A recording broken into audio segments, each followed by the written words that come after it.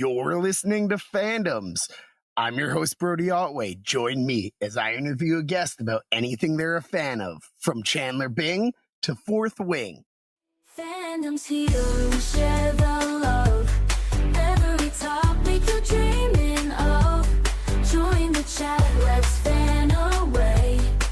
This is Fandoms, come and stay.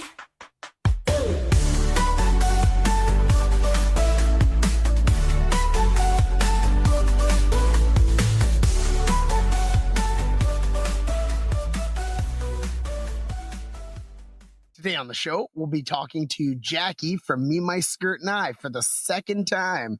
Today, we'll be talking to Jackie about Fourth Wing. Welcome to the show, Jackie. Hey, Brody. It's great to be here again. Yeah, so for anyone who has no idea, what exactly is Fourth Wing? So, Fourth Wing is a romantasy series. It's angled toward new adult, which means that it has more of like the familiar tropes of like it's Dragon Rider Academy, and it's a young female protagonist, and it deals with her falling in love with her mortal enemy, as people are wont to do in these romantasy series. And it's got enemies to lovers, intrigue, action sequences. Like, it's all of the tropes that I love about like epic fantasy with only like a sliver of the seriousness. It's still there. And I think Yaros actually does one thing I love about Yaros is that she can like her plots have depth and actions have consequences. It's not all fluff, but it's still like you're not going to get pages and pages of explaining the magic system. Like there's some explanation, but it's mostly about the emotional journey of this heroine, which is a different way to experience a fantasy story for me, coming from epics like I do. And it was just a refreshing change of pace that really drew me in. And now I'm totally invested. Yeah, I was never really a romantasy person. And then because I did a podcast on A Court of Thorns and Roses, I kind of started dabbling into it a bit and started kind of enjoying the genre a bit more. And it was kind of wild that you suggested Fourth Wing because I had literally just discovered the series. And then you were like, hey, I'm doing a bunch of videos on it. And I was like, that's wild because now I've got more Me, My Skirt, and I content to check out, and I get a guest to do something I just discovered. I haven't gotten into the series myself yet, but I have been spoiled on a few things because I did venture into some Reddits and watched quite a few videos, but I'm still excited to get into it and actually experience it.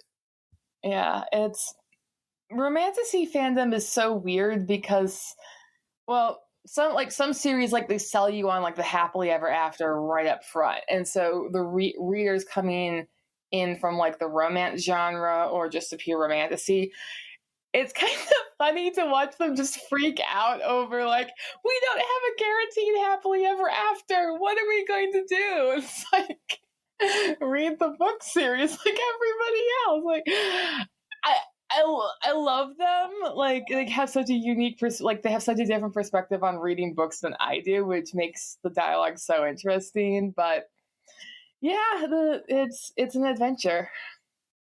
Yeah, the fandoms are wild. The Court of Thorns and Roses was a pretty crazy one to get into too. Fourth Wing has been interesting for sure. How did you first discover the series, and like what really hooked you in about it?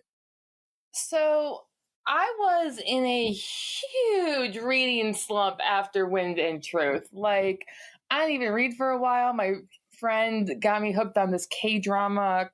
Dang it, I forgot what it's called. Alchemy of Souls. And I was at her house watching the finale when I looked on her shelf and saw Onyx Storm and was like, I'm seeing a lot about that book in the BookTube TikTok sphere, and I've heard interesting things. Is it good? And she said, Yes. So then I picked up Fourth Wing and immediately got hooked. Um, what I was not expecting, like I kind of was expecting Harry Potter with dragons, and it is that it's Dragon Academy. Um, but what really spoke to me is as a teenager, well, you teenager really, I had read Aragon, and it's the second book, Eldest, where spoiler, Murtagh betrays Aragon and comes back and he's evil now. And like he was always the brooding loner type. He was my favorite character. He had a bow, which is like for teenage Jackie, one of the hottest things. Huge crush on Robin Hood. Still have it. Anyway, so like what Christopher Paolini did to Murtagh was so abominable that when Christopher Paolini came to Dragonsteel a few years ago to sell his book Murtagh, which I did actually read in my reading slump this year, I just like before I read that book, I yelled at him about what he did to Murtagh because that was like just it like scarred my. It's like on my list of 10 most tragic things of my childhood, and that's up there. Um, so then when we get to Fourth Wing, Rebecca Yarros gives us a brooding dragon rider who is supposedly evil, although I think by the I was not going to just fall for him because he was clearly the love interest, but like his third chapter that he features in, he's trying to protect the younger members of his group who would help protect others who can't protect themselves. And I'm like, I love him. The main character is still questionable, but I'm like, I'm sold. And so Yaros just gave this character like this Murtagh archetype that I just loved as a kid, and gave it what I thought was his due. Like he is going down an unfortunate path of villainy, and he's trying to be heroic, and it's just such a better treatment of those questions that Murtagh wrestled with.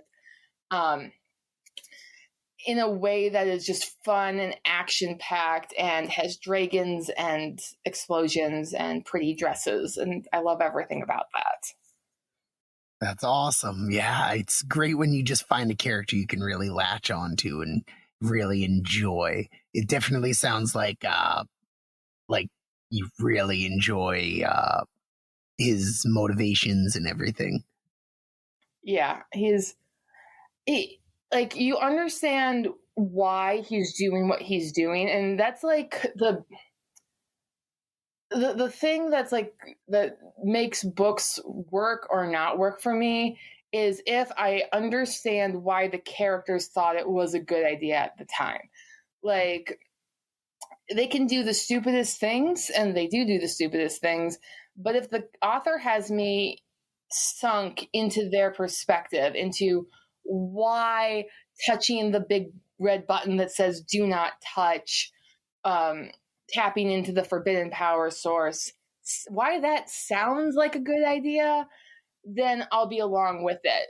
Whereas other authors who maybe spend less time in that, the characters could be doing like somewhat reasonable things, but I'll just be like, I don't care, I don't like you, I don't get this. So Yaros just really sinks you into, it's mostly Violet's perspective. It's first person, which is kind of weird you read in epic fantasy, you read so much third person narration that once you get into the first person voice, it's a bit off putting for a while. It feels more young adult, but it isn't a young adult book.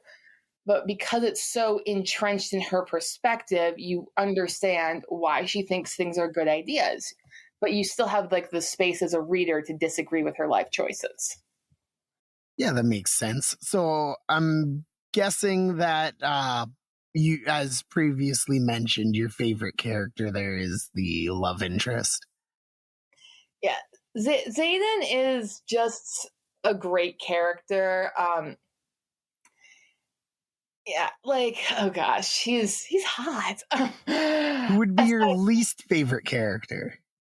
um, Probably like there's this character named Jack Barlow, and I think he's supposed to be written as like the hateable character of the series. Like Stormlight Archive, there is Moash. The Wheel of Time has Gawain. Like there are these iconically hateable characters that you're just not supposed to like at all. And I feel like Jack Barlow is supposed to be that, but he came off as a jerk from day one. And so there's not like the personal feeling of betrayal. He's sort of more like an Umbridge character where like you're supposed to hate her from day one, but Umbridge can tap into like the evil teacher that everyone has dealt with, where and she has some more subtle like she's about power and manipulation, but not being like brute force about it. Jack Barlow is just a brute force unaliving machine from one, and that's who he continues to be up through the third book of the series. That's some minor spoiler, but like yeah, maybe he's supposed to become sympathetic by book 4 because the last time we see him he seems pretty pathetic, but it's like I don't have it in me to hate him like I feel like I'm supposed to.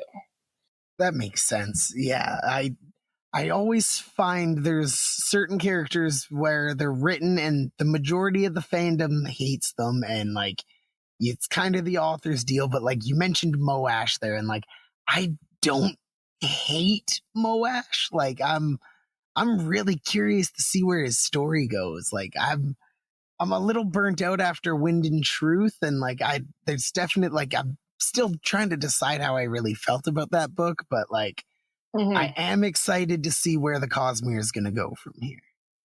Yeah.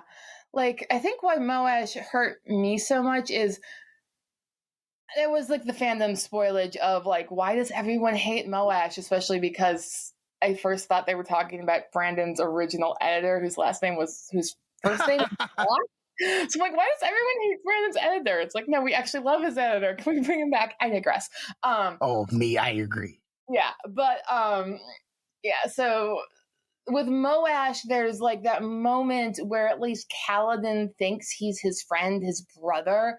So like when Moash punches Kaladin in the gut, it's just emotionally and physically devastating for me. Whereas with Jack Barlow, who has never been a friend to our protagonist, when he does something villainous, it's like, oh, he's doing something villainous. I am shocked. Shocked, I say. And our heroine gets out of it. Good for her. So, like, it just doesn't land. Like, I mean, you can have like the one-dimensional villains are fine, but it's the ones that are more nuanced and you think you can trust them, or you can see them be a better version of themselves, like with Gawain, and they just never live up to it. Whereas with Jack, it's like I don't see it. He's just kind of flat for me. Yeah, that makes sense. So why do you think the series blew up so much on like TikTok and BookTube and other platforms? Well, this series was written incredibly fast. It was like 3 books came out in 4 years. So she's just cranking these books out, and now the fandom is freaking out because there's going to be like a 2-year break between the next book. And I'm like, this entire series is going to finish probably before the next Stormlight Archive book comes out. So, guys, we've got it really good. Let's put this in perspective here. Yeah, I was literally thinking that as you said 2 years. I was like, 2 years, that's nothing if you're not a Cosmere fan. Yeah, and like for me, getting out like these videos right now people are still reading the series. Like they'll hopefully come in and find my stuff as they need refreshers before getting into the fourth book. So for me, I'm like, oh, a short time span where I can hopefully generate interest and build up new viewers. Because with so many books coming out so fast, people were just talking about it. I think that it's also kind of revolutionary, at least in the books that I've only read A Court of Thorns and Roses, the first three, and then I did read Quicksilver as like, so those have been told are like the good ones, the comparable titles, whereas those books I think are really, really fluffy. Like, even if they have darker elements in air quotes, like, as I said earlier, the fandom of Fourth Wing is like, oh my gosh, Liam died. And I'm like, coming from Stormlight, I'm like, oh my gosh, who could have foreseen that the younger brother character who does wood carving would die? Like, as soon as they said he did wood carving in like chapter 6, I'm like, he's dead. He's totally dead. So Yaros is uniquely qualified at bridging like the serious tropes of epic fantasy and fitting them into a romantasy length book, and it's catching the romantasy readers off guard because they're like, these characters' actions actually have consequences. I don't know how to emotionally deal with that, and it's really fun to watch them try. Whereas for me, coming from a romantasy reader, for me coming in from the epics where I have to get through 600, how many words are these? Pulling off Rhythm of War from my shelf here. There's like 1,202 pages of this book to like get to the really emotionally jarring spots. Whereas with Yaro's book, it's a fraction of the length with just as hard-hitting emotional beats, I would say, because she spends so much time in the characters' emotions and much less time in their rationality. They have significantly less rationality, and that's just the price of doing business here. Yeah, I agree with what you mean about like shorter books with like a nice punch, because like I went from Cosmere into the Dresden Files, and at first I wasn't feeling it. I was like, these are so blah, and then I got a few books in and really attached to the characters, especially after doing the audiobooks with James Marston's awesome narration. But it was like they were really quick compared to any of the Cosmere books I was into, so it was really weird when I started getting like really emotional beats halfway through the series. I'm like, oh my God, like I was looking for a nice fluffy read, and now I'm feeling things, and I wasn't really ready for it. Yeah, like Yaros gets you to feel what the character feels and understand, like I said, why they think it's a good idea. They aren't thinking with their heads when they make most of these decisions, but you understand why they're not using that part of their body to make their life choices. You're like, yes, this makes perfect sense. Even though like backing away have been like, oh, that was dumb. But in the moment, it hits hard, it makes sense, and you just connect with the characters, or at least I was able to connect with these characters, even though I had just met them. Yeah, it's wild how much you can really get invested into characters with books so much more than other mediums. It's really something that I never realized until I got into things like Mistborn and other like fantasy series. Like I've never been that invested in characters before. Yeah. So is there anything about the series you really don't enjoy or that you would want to change or remove? I'm going to be a bit prudy here and say I skip the Devil's Tango scenes. Like, there's a couple words where I'm like, we've hit the point where I fast forward.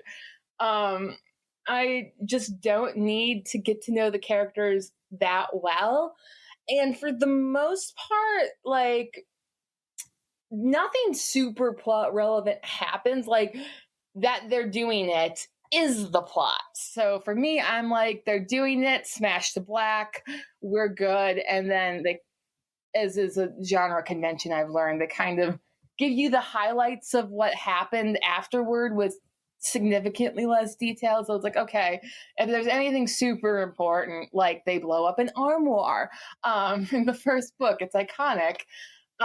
They bring that up enough times after the fact that I don't feel like I've missed it.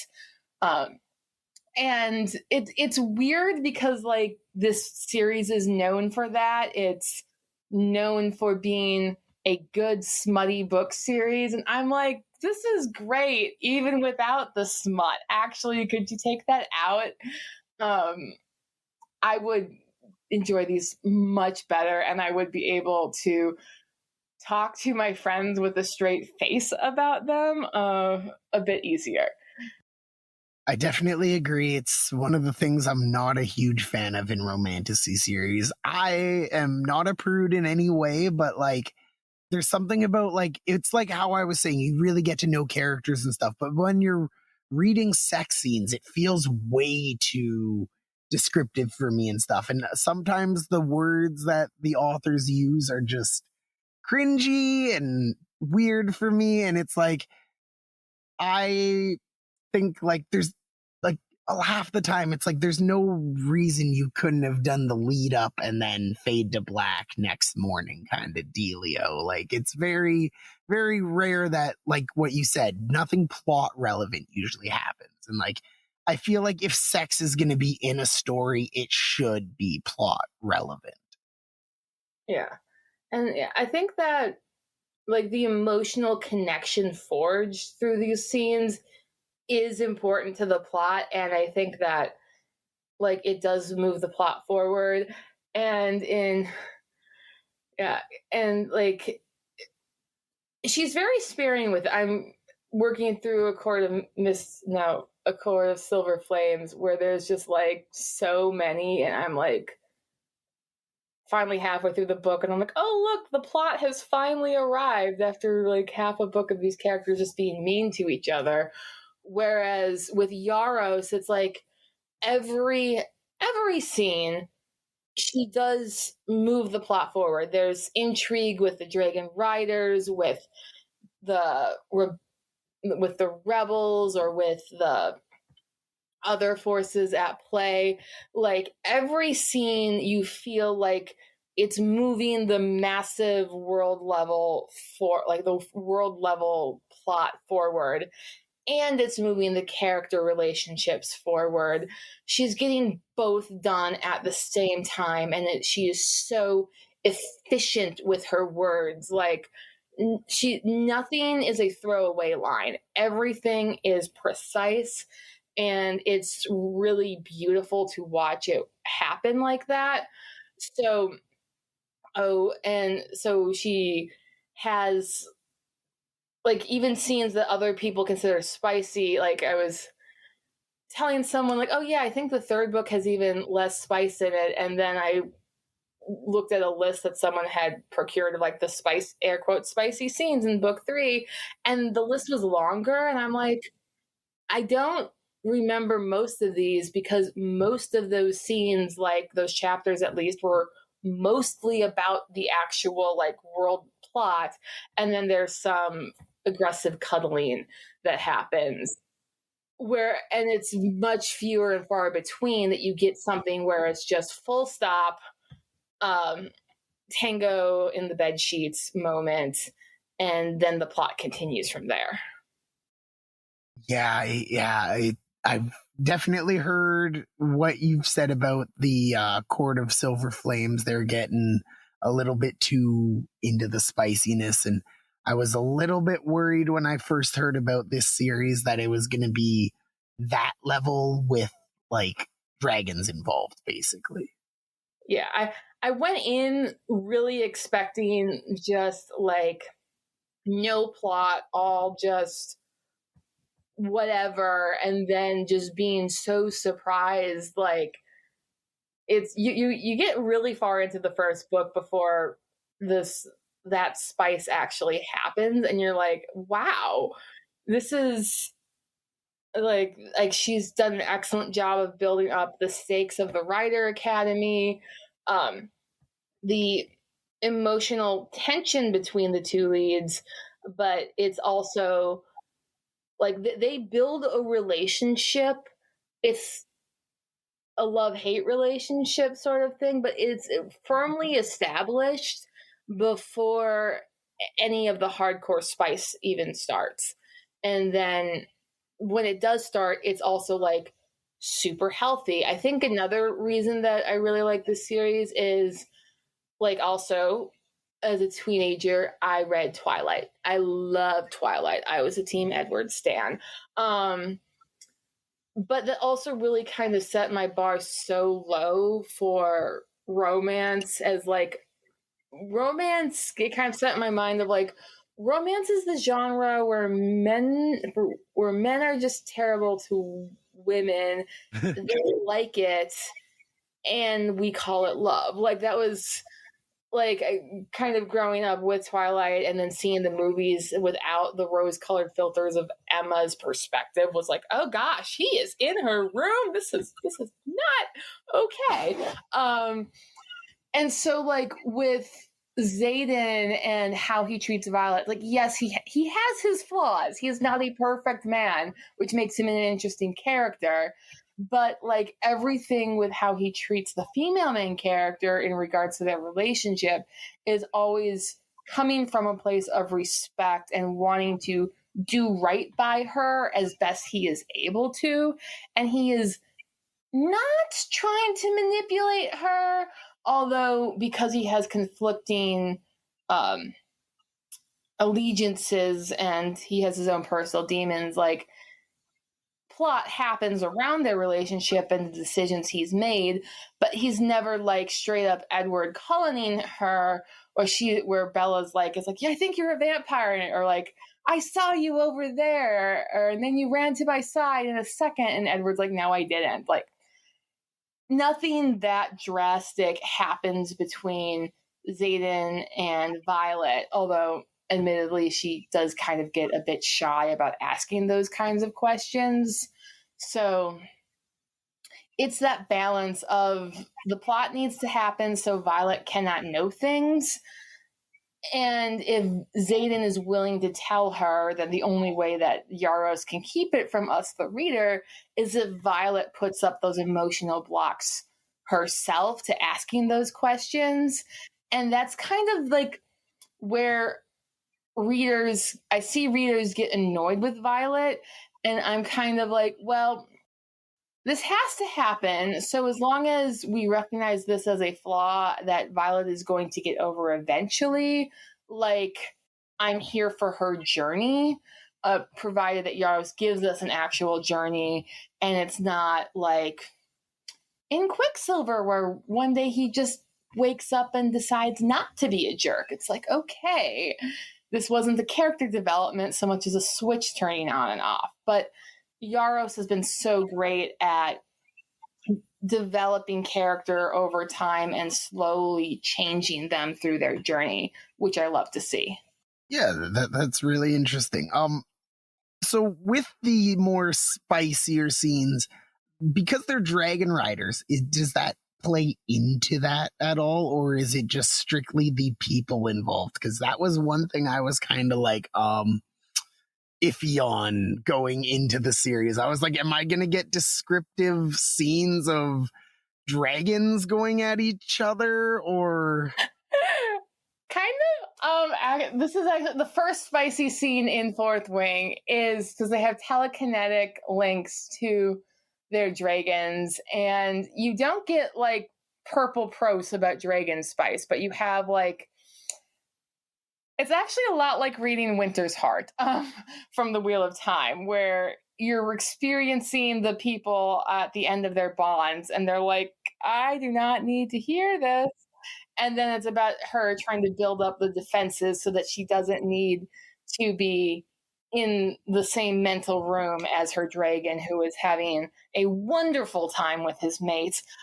That was one of the first moments where I'm like, this now feels like a Wheel of Time book because I'm getting telekinetic dragon spice. Like, it was one of my first shorts on the series. I'm like, this is a telekinetic dragon spice. Like, so yes, it happens, but it is tasteful and plot relevant because it's how she has to build up her magical powers, and the magical powers, the magic system gives a much more effective mental block than the handkerchief method that Robert Jordan prescribed, which we know was completely ineffective. So Okay, so the dragon sex is done better than the human smut then? it's done more tastefully. I'm not going to opine. That's nice to hear. That gives me a little bit more faith going into the series here. Yeah. You don't get any like dreamy perspectives because they know too much. Okay, that makes sense. Gotta keep the mystery there, eh? So, do you have any theories about the future of the series? Oh, there's. I mean, obviously you do. You've made a bunch of videos, so maybe a quick rundown of what maybe your favorite one is so people know where to start with checking out your stuff. Well, the big question after the third book is who is the new brother? And I can't. It's one of those like Yaros is the queen of like basically you have. I would say like the book itself kind of wraps up in like the third to last chapter of like the arc of what this book is about. And then the last like 3 chapters are kind of like the opening heist of the next book.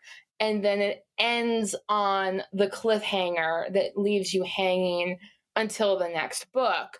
And like it'll be like last page, the last sentence of every book always has something that just like makes people scream as they scream. Like you get the videos of people screaming and slamming their books shut and then like opening again to see if it changed. Like that's another thing that makes Yaros so addictive. And so one of those like last sentence mysteries is who is Xaden's new brother?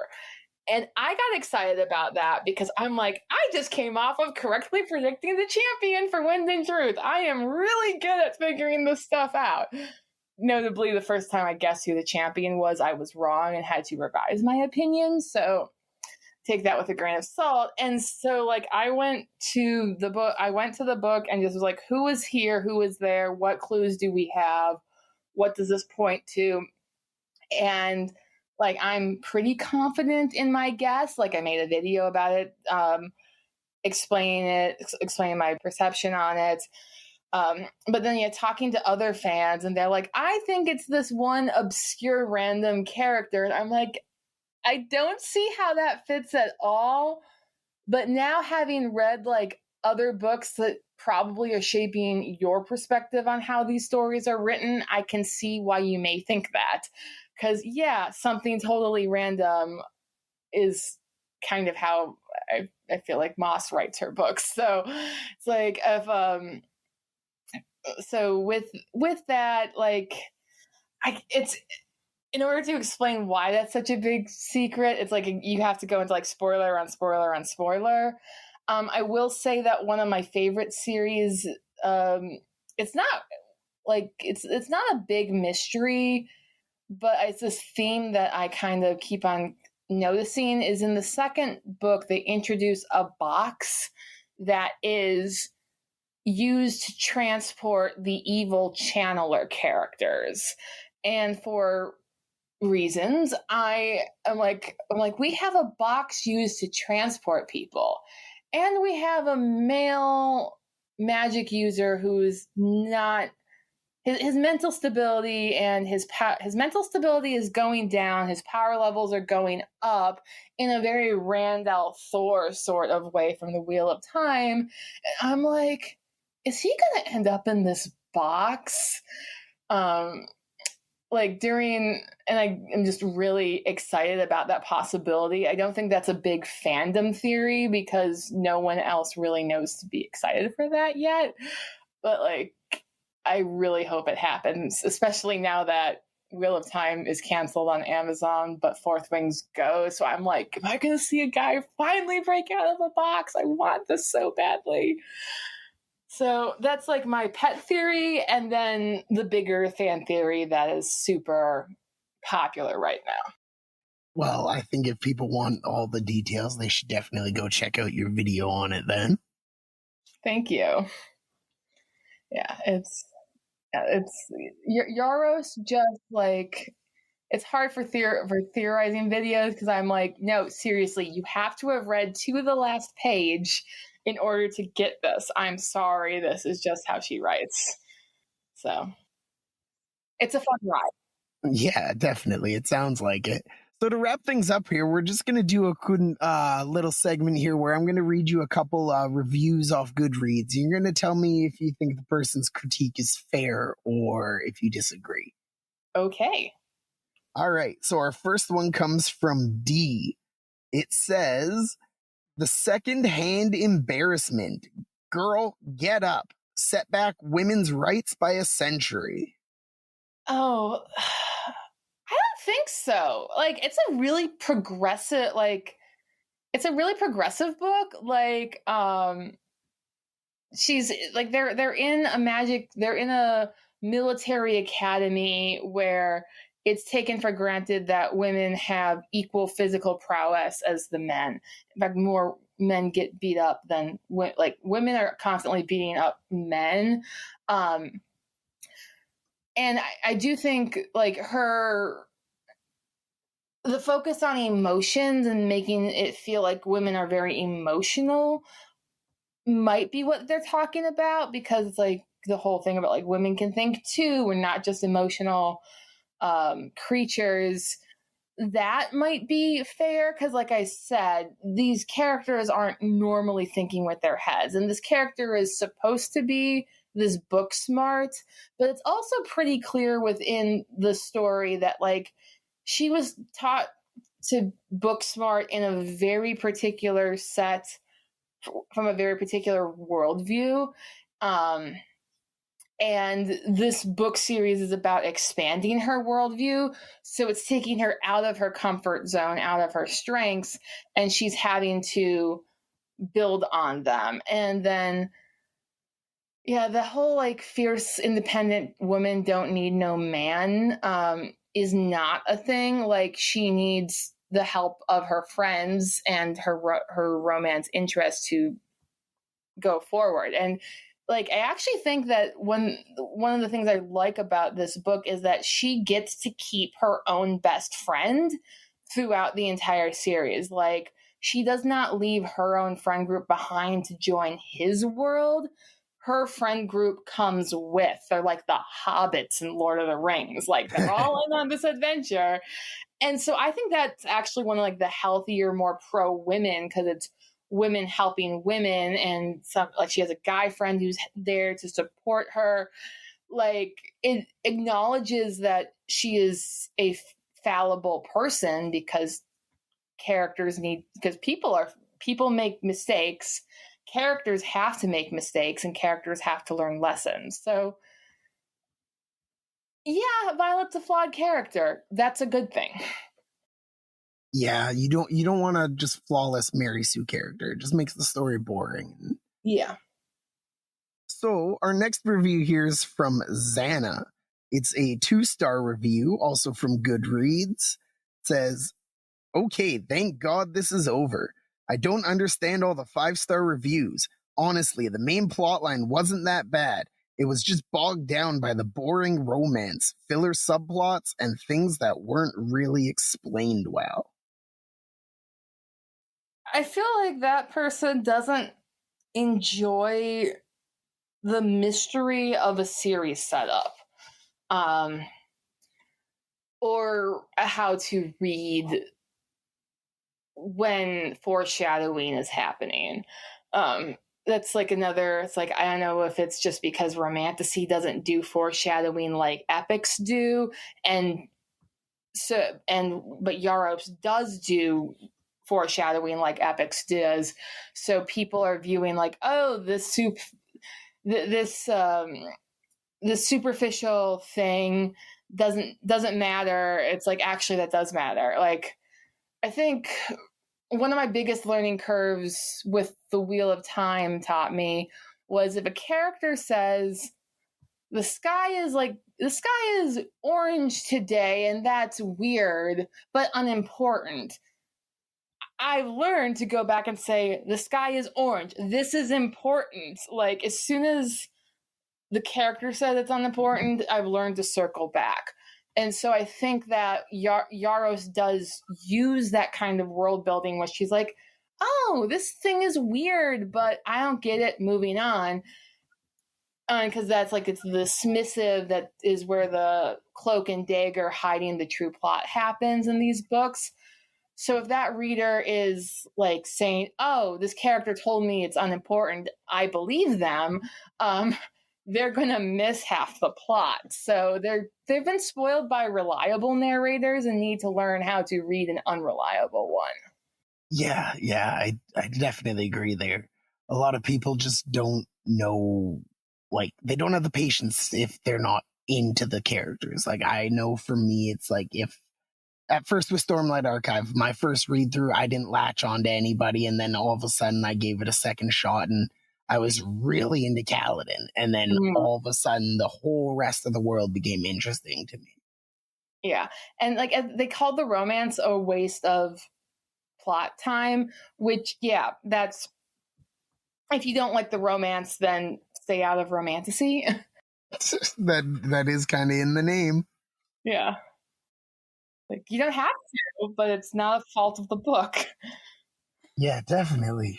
So for our last review here, we're going back to 1 stars from Nikki C. 4.58. When Game of Thrones sits at a 4.5, let's see when the show or movie comes out of this and nobody watches. It's fine people like it, but this writer is not in the league of Martin, King, or Rice, etc. I finished the story and found it bland and boring, and the transition errors were aplenty. Okay, so I've only read Martin of those 3, and that was when I was in high school with objectively bad taste. So, I don't really know how to make that comparison.